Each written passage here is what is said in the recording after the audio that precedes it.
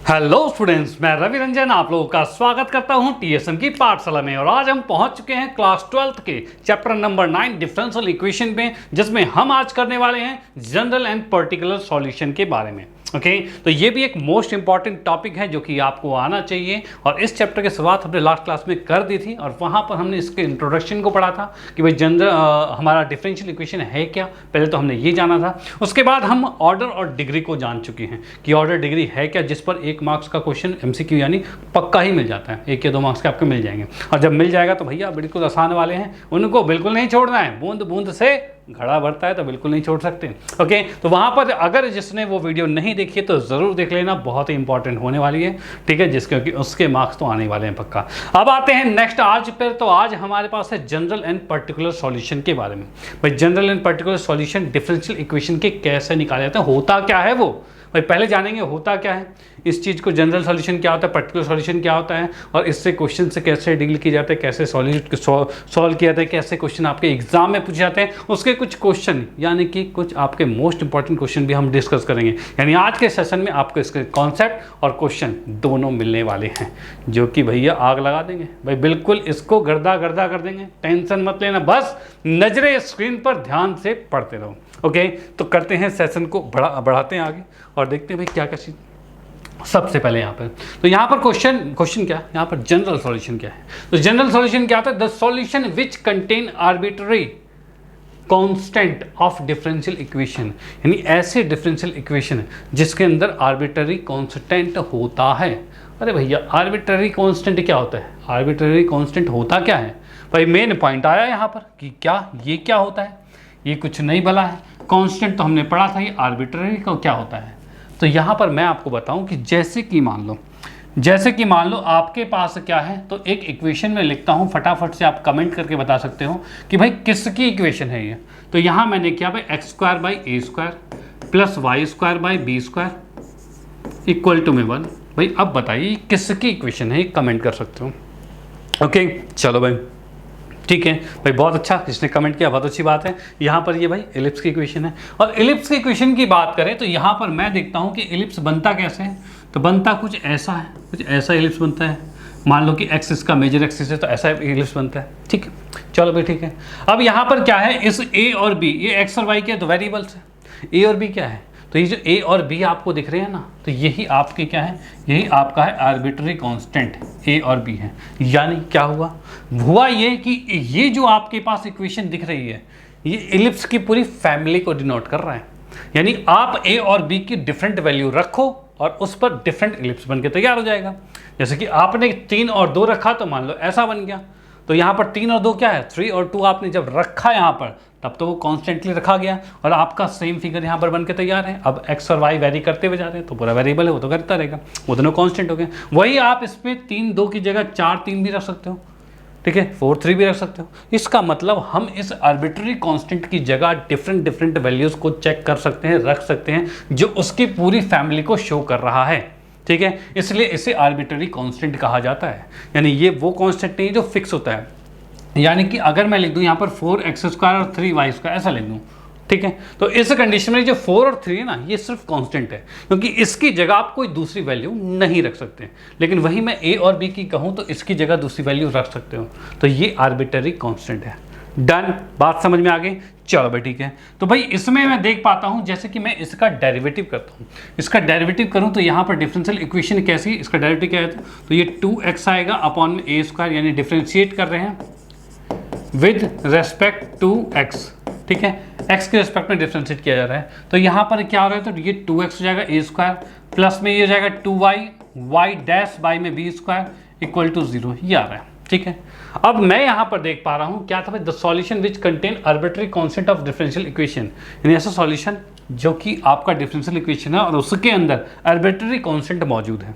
अगर arbitrary constant मौजूद है, इसका मतलब ये जो सॉल्यूशन आपके सामने है दैट इज जनरल सॉल्यूशन। क्या हो रहा है भाई, जनरल सॉल्यूशन हो गया। डन। जब अगर आप इसके ये जो आर्बिट्ररी कांस्टेंट है उसको एलिमिनेट कर पाओ, इसको हटा पाओ, अगर आप हटा देते हो तो फाइनली जो बन के आता है दैट इज क्या होगा, तो भाई पर्टिकुलर सॉल्यूशन बनेगा। तो क्या आ रहा है, the solution free from arbitrary constant, जो आर्बिट्ररी कांस्टेंट से फ्री होते हैं तो उसे कहा जाता है क्या, तो उसे हम कहते हैं पर्टिकुलर सॉल्यूशन अगर हम उसे फ्री कर पाएँ। तो इसकी मैं बात बताऊं, इसको अगर आपको फ्री करना है तो फ्री करने के लिए क्या होगा, तो जितने आर्बिट्ररी कांस्टेंट होते हैं उतनी बार डेरिवेटिव करना होता है, यानी एक सिंगल डेरिवेटिव तो हो गया। अगर आप इसका डबल डेरिवेटिव भी करते हो तो ये 2x का क्या हो जाएगा, सिर्फ 2 बचेगा भाई a स्क्वायर, और प्लस में यहाँ की डेरिवेटिव की बात की जाए तो ये 2 तो हमारे पास है ही, इसमें क्या करेंगे तो भाई प्रोडक्ट रूल लगेगा, क्या भाई, first as it is second का डेरिवेटिव, ठीक है, और प्लस में सेकेंड एज इट इज और फर्स्ट का डेरिवेटिव, ये आ गया, और अपॉन में b स्क्वायर है, ठीक है, ये इक्वल टू 0, ये इक्वेशन बन गए। अब आपको क्या करना है कि इन तीनों इक्वेशन, ये first equation, second equation, third equation, तीनों इक्वेशन की हेल्प लेकर आपको क्या करना है, तो आपको यहाँ पर ए बी को एलिमिनेट करना है। अगर आप एलिमिनेट कर पाते हो, वैसे कि हो जाएगा ये, अगर तीनों इक्वेशन को सॉल्व करते हो तो वो आपका ए बी जो है वो एलिमिनेट हो जाएगा, और एलिमिनेट होने के बाद यानी वो खत्म हो जाएगा, तो उसके होने के बाद जो सॉल्यूशन आपको दिखेगा that is a particular solution, ठीक है। तो ऐसा सॉल्यूशन जो कि आर्बिट्ररी कांस्टेंट से फ्री होता है। फॉर एग्जांपल अगर मैं एक सर्कल की इक्वेशन लेता हूं, जैसे कि x square plus y square equal to में आर का स्क्वायर, ये है, तो यहाँ पर जो ये आर है दैट इज आर्बिट्ररी कांस्टेंट, क्योंकि जितना आर रखोगे उतना बड़ा सर्कल बनता जाएगा, ठीक है, यही होगा। तो यहाँ पर अगर मैं डेरिवेटिव करता हूँ तो ये आ रहा है 2x प्लस 2y और y डैश, भाई ये आ रहा है 2y और y डैश आ रहा है इक्वल टू 0 आ गया, ठीक है। तो ये जो आपको दिख रहा है इक्वेशन, इसके अंदर क्या आर्बिट्ररी कांस्टेंट है, नहीं भाई, वो तो 0 हो गई, ये कांस्टेंट है, आर्बिट्ररी वाला नहीं है। तो इसका मतलब क्या हो गया, ये इक्वेशन क्या हो गया, आपका पर्टिकुलर सॉल्यूशन हो गया, ठीक है, पर्टिकुलर सॉल्यूशन हो। तो ये बात बिल्कुल ध्यान रखना है, ओके डन, ठीक है भाई। अब मैं बात करूं कि भाई एनसीईआरटी की बात करूं, तो एनसीईआरटी के अंदर इन दोनों में से इसके बिहाफ पर जो क्वेश्चंस आने वाले हैं, जिसमें हमें ए बी को एलिमिनेट करके जनरल सॉल्यूशन बनाना होता है, वो वाली एक्सरसाइज इस साल काट दी गई है, हटा दी गई है, ठीक है। तो हम इस पर अभी फिलहाल नहीं बात करते हैं, जब हम जेई की क्लासेस लेंगे तब इस सभी को बिल्कुल डीपली हम क्लास करवाएंगे, ठीक है। फिलहाल इसको हम आगे नहीं बढ़ाएंगे, ये चीज़ आपको पता होनी चाहिए, ये चीज़ आपसे पूछा जा सकता है कि जनरल सॉल्यूशन होता क्या, ठीक है। बट हम करेंगे क्वेश्चंस किस पे, पर्टिकुलर सॉल्यूशन पे क्वेश्चंस करने वाले हैं, जो कि आपके एग्जाम में पूछे जाएंगे, ओके। तो चलो भाई चलते हैं नेक्स्ट पे। यहाँ पर हम बात करते हैं वेरीफाई द फंक्शन। इस फंक्शन को हम वेरीफाई करने वाले हैं। क्या वेरीफाई करने वाले हैं कि भाई function is solution of differential equation, यानी ये जो फंक्शन है वो इसका सॉल्यूशन है, ये हम देखने वाले हैं, ठीक है। तो भाई वो कैसे पता चलेगा, तो भाई मैं देख पा रहा हूँ मेरे पास y है और हमें चेक करना है क्या ये इक्वेशन एग्जिस्ट कर रही है इसके अकॉर्डिंग, यानी कि भाई इसमें क्या है जो मैं इससे पुट कर सकता हूँ। तो y की वैल्यू मैं यहाँ रख सकता हूँ, लेकिन ये डेरिवेटिव की वैल्यू कहाँ से रखूँ, इसकी वैल्यू कहाँ से रखूँ, तो भाई हमें डेरिवेटिव आता है, निकाल देंगे, कोई दिक्कत नहीं है। तो यहाँ पर इसके सॉल्यूशन की मैं बात करता हूँ, तो y हमारे पास है, y डैश किया जाए तो इसका डेरिवेटिव होगा, तो a की पावर -3x का ये -3x ही होगा, -3 आगे आ जाता है, भाई ये आ गया, ये सिंगल डेरिवेटिव हो गया। डबल डेरिवेटिव की बात की जाए तो क्या होगा, क्योंकि हमें सिंगल डेरिवेटिव और डबल डेरिवेटिव दोनों ही चाहिए, तो हम डबल डेरिवेटिव करते हैं, तो फिर से क्या होगा, -3 तो है, ये e की पावर क्या हो जाएगा, तो फिर से -3x आएगा, और ये -3 दोबारा आएगा, यानी कि ये कितना हो जाएगा, -3 दोबारा आ गया, ठीक है। यानी इसको एक ही बार में लिख दूंगा क्या, तो +9 आ जाएगा, भाई ये डबल डैश आ गया। अब हम चेक करने वाले हैं अकॉर्डिंग टू क्वेश्चन क्या होने वाला है, तो भाई हमें अकॉर्डिंग टू क्वेश्चन कहा गया है y डबल डैश प्लस में y dash -6y equal to 0 है, ये कहा गया है। अब इसको चेक करते हैं क्या है, तो हम यहाँ पर देखेंगे y डबल डैश की जगह मैंने लिखा 9e की पावर -3x, प्लस में y डैश की जगह क्या लिखा, तो भाई माइनस में 3x है, भाई माइनस में 3e की पावर x है, e की पावर -3x है, और उसके बाद माइनस में 6 है, 6 के साथ y है, y क्या है, तो ये है, तो भाई e की पावर -3x है। क्या मैं देख पा रहा हूँ 9e की पावर 3x में से -3 -6 मतलब -9 हो गया, यानी कि इसको भी मैं देख पा रहा हूँ कि ये हमारे पास आ रहा है 9e की पावर -3x माइनस में 9e की पावर -3x और दैट इज 0, ये हमारे पास हो गया, ठीक है। यानी कि हम यहाँ पर शो कर पा रहे हैं कि यस लेफ्ट हैंड साइड जो राइट हैंड साइड के बराबर है, यानी हम लिख सकते हैं LHS equal to RHS, prove हो गया हमारा, डन, कोई दिक्कत नहीं है। तो हम यहाँ पर इसका डेरिवेटिव करके इसमें वैल्यूज पुट करेंगे और बड़े प्यार से बता पाएंगे क्या इसका सॉल्यूशन वो है कि नहीं है, यानी क्या उसी का डिफरेंशिएशन करके बनाया गया, तो हाँ भाई बिल्कुल, ठीक है। तो डन, तो ये क्वेश्चन सॉल्व, आप इसका स्क्रीनशॉट ले सकते हो। चलते हैं नेक्स्ट पे और नेक्स्ट को देखते हैं अगला बेहतरीन क्वेश्चन कैसा होने वाला है, ओके। हाँ भाई, तो क्वेश्चन कुछ ऐसा है ये सेकंड क्वेश्चन देखो, जैसे जैसे क्वेश्चन आगे बढ़ते जाएंगे लेवल थोड़ा थोड़ा सा बढ़ता जाएगा और मजा आता जाएगा। ठीक है, जो दिक्कतें होने वाली है वो परेशानियां दिक्कतें जो है उनको खत्म करते हुए जाएंगे आगे। तो यहाँ पर भाई मैंने देखा इसके सॉल्यूशन में, सॉल्यूशन की अगर मैं यहाँ बात करता हूँ तो सबसे पहले देख पा रहा हूँ y इक्वल टू में अंडर रूट में ये है और हमें चाहिए क्या y डैश चाहिए। तो y डैश की बात करें तो y डैश इसका डेरिवेटिव करते हैं तो रूट x का डेरिवेटिव क्या होता है, तो 1 अपॉन में 2 रूट x होता है, यही होता है भाई, ऐसा कुछ डेरिवेटिव था रूट x का। डन, 1 अपॉन में 2 रूट x। अब इस अंदर वाले का दोबारा डेरिवेटिव होगा, यानी कि हम कहेंगे इसका डेरिवेटिव क्या होगा, तो 2x आएगा। यानी अब मेरे पास जो आ रहा है वो 2 से 2 ये कैंसिल और बच गया x अपॉन में अंडर रूट में 1 प्लस एक्स स्क्वायर। ठीक है, ये सिंगल डेरिवेटिव है। क्या ये मैच कर रहा है मैच? नहीं सर, मैच तो नहीं कर रहा।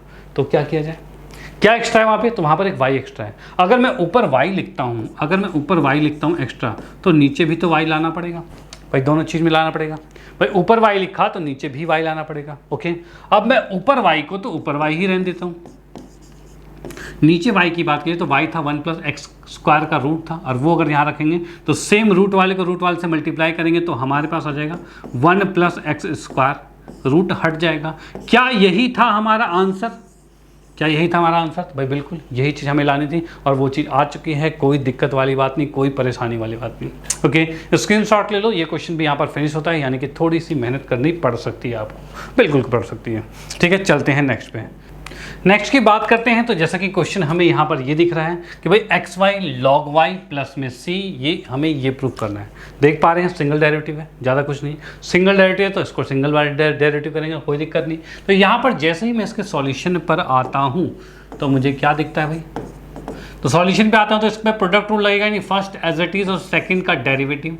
ठीक है, और प्लस में सेकंड एज इट इज़ और फर्स्ट का डेरिवेटिव, यानी एक्स का डेरिवेटिव 1 होगा, इक्वल टू लॉग वाई का डेरिवेटिव होता है 1 बाई वाई, और इस वाई का दोबारा होगा दैट इज़ वाई डैश, यही होगा, ऐसे होता है भाई। सी की बात करें तो ये 0 होता है, बात खत्म। ओके, अब क्या करते हैं, मुझे क्या करना है, वाई डैश को अलग करना है, तो इन वाई डैश वाले को अलग लाते हैं। ठीक है, और बाकी को अलग। तो मैं क्या करता हूँ, इसको उठा के इधर ले आता हूँ, यानी ये वाई यहीं रहने दिया हमने और इसको उठाकर इधर लेके आ गया, यानी ये वाई डैश बाई में वाई माइनस में एक्स वाई डैश आ गया। ठीक है, ये चीज़ हमारे सामने आ गया। अब क्या करें इसका, तो हम क्या करते हैं, वाई डैश को कॉमन ले लेते हैं यहाँ पे, भाई कॉमन ले लिया, बच गया 1 बाई वाई माइनस में एक्स, भाई ये आ गया।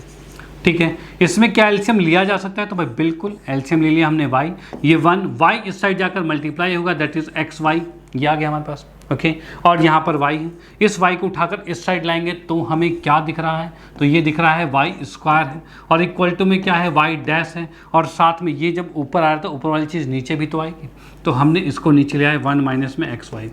क्या हमें यही प्रूव करना था, तो भाई बिल्कुल हमें यही प्रूव करना था, और ये आपका आ चुका है। डन, इसका आप स्क्रीनशॉट ले लो। इस तरह से क्वेश्चन कंप्लीट होता है। चलते हैं नेक्स्ट पे और देखते हैं अगला बेहतरीन क्वेश्चन कौन सा वाला है। ओके, चलो नेक्स्ट क्वेश्चन की बात करते हैं। यहाँ हमें ऐसा कुछ दिख रहा है और इसमें भी हम डेरिवेटिव्स करने वाले हैं। तो यहाँ पर भी मैं देख पा रहा हूँ सिंगल डेरिवेटिव, यानी यहाँ से डेरिवेटिव निकाल कर इसके अंदर पुट करना होगा। तो मैं यहाँ पर क्या करता हूँ, इसका डेरिवेटिव निकालता हूँ, इसके सॉल्यूशन की मैं बात करता हूँ। तो यहाँ पर भाई सॉल्यूशन में इसका डिफरेंशिएट किया जाता है, तो उस कंडीशन में क्या है, तो मैंने जैसे लिख भी दिया, differentiate with respect to x, x के रिस्पेक्ट में हम डिफरेंशिएट कर रहे हैं। तो एक्स का डेरिवेटिव 1 होता है, वाई का डेरिवेटिव वाई डैश होता है, tan इनवर्स y का क्या होता है, तो इसकी बात करें, इसका डेरिवेटिव 1 अपॉन में 1 प्लस वाई स्क्वायर होगा, ये तो tan इनवर्स का होता है। अब y का दोबारा होगा दैट इज क्या होता है, y डैश होता है। ठीक है, ये हमारे सामने आ गया। अब मैं यहाँ से निकालना चाहूँ y डैश की वैल्यू निकालना चाहें तो भाई हाँ बिल्कुल y डैश की वैल्यू निकाल लेते हैं। तो y डैश की वैल्यू अगर मैं निकालना चाहूँ तो उस कंडीशन में क्या होगा, इसको उठाकर इधर ले आते हैं, या फिर इसको उठा के इधर ले आते हैं। 1 इक्वल टू में y डैश बाई में 1 प्लस में वाई स्क्वायर, ठीक है, माइनस में y डैश, ये आ चुका है। ठीक है, कोई दिक्कत नहीं। चलो भाई बहुत बढ़िया। अब इसमें से मैंने y डैश को कॉमन ले लिया और हमारे सामने बच गया 1 अपॉन में 1 प्लस वाई स्क्वायर माइनस में 1, ये चीज़ आ चुकी है, इक्वल टू 1 है। यहाँ से मैं देख पा रहा हूँ वाई डैश ठीक है, इसमें एलसीएम ले लिया, एलसीएम आया 1 प्लस में वाई स्क्वायर है, ये इससे मल्टीप्लाई होगा, यानी 1 माइनस में ये इधर जाएगा तो -1 माइनस वाई स्क्वायर आएगा। भाई ऐसा कुछ आ रहा है, कोई दिक्कत नहीं। ठीक है, इस नीचे वाले को उठाकर इस साइड लेके आते हैं। तो जब मैं इसको उठाकर इधर लेके आता हूँ तो ये हमारे पास आ रहा है 1 प्लस में वाई स्क्वायर, भाई ये चीज़ आ रहा है, ये उठ के सट जाएगा, 1 प्लस में वाई स्क्वायर मल्टीप्लाई होगा, सेम आएगा। इधर की बात करें तो 1 से 1 कैंसिल हो गया, ये इससे मल्टीप्लाई होगा, यानी माइनस में वाई डैश और वाई स्क्वायर आ रहा है, इसको भी उठाकर इधर ही ले आते हैं, तो माइनस वाला इधर आके प्लस होगा, यानी मैं लिख सकता हूँ वाई डैश और वाई स्क्वायर आ जाएगा। प्लस में क्या है तो वाई स्क्वायर है, प्लस में 1 है, इक्वल्स टू 0। क्या यही प्रूव करना था? तो भाई हाँ, यही प्रूव करना था और वो बिल्कुल आ चुका है, कोई दिक्कत वाली बात नहीं, आ चुका है। ठीक है, तो आप देख सकते हो, इसका स्क्रीनशॉट ले सकते हो, क्वेश्चन यहाँ पर ये फिनिश होता है। ओके, चलते हैं नेक्स्ट पे और देखते हैं आगे की बात। अरे भाई खत्म, हमारा खत्म हो गया है। तो यहाँ पर भाई हम देख पा रहे हैं, भाई आज का ये सेशन यहीं पर हम इसे फिनिश करते हैं, जिसके अंदर हमने देखा कि भाई यहाँ पर जनरल सॉल्यूशन और पर्टिकुलर सॉल्यूशन के को हमने पहले तो उसके कॉन्सेप्ट को क्लियर किया, उसके बाद हमने पर्टिकुलर सॉल्यूशन के आधार पर यहाँ पर बेहतरीन क्वेश्चन डिस्कस किए, जिससे कि वो पर्टिकुलर सॉल्यूशन में जो हम करने वाले थे, यानी हो क्या रहा था, यानी हमारे पास एक डिफरेंशियल इक्वेशन थी और हमें देखना था क्या इसका सॉल्यूशन यही है, ये हमें चेक करना था, यहाँ पे वेरीफाई करना था। तो हम देख पा रहे हैं इसका मैंने डेरिवेटिव करके देखा कि क्या ये आ रहा है, क्या इसी का डेरिवेटिव ये है कि नहीं। तो इसको डेरिवेटिव्स किए मैंने, तो फाइनली देखा तो वही चीज़ आ रही है, यानी इसी से ये इक्वेशन बनी हुई है। ठीक है, यानी इसके अंदर जो हम निकाल रहे थे पर्टिकुलर सॉल्यूशन, तो भाई यही आपका पर्टिकुलर सॉल्यूशन आ रहा है, कोई दिक्कत नहीं। Okay done. तो यहाँ पर ये क्वेश्चन यहाँ पर फिनिश होता है और इसी के साथ हमारा पर्टिकुलर सॉल्यूशन के आधार पर जो कॉन्सेप्ट है और मोस्ट इंपॉर्टेंट क्वेश्चन फिनिश होते हैं। और आपकी बारी अब ये है कि एनसीईआरटी के सारे क्वेश्चन कंप्लीट कर लेना। ओके, जो कि आपका 9.2 है उसको फिनिश कर लेना। 9.2 भाई इंपॉर्टेंट है, वो आपको करनी होगी।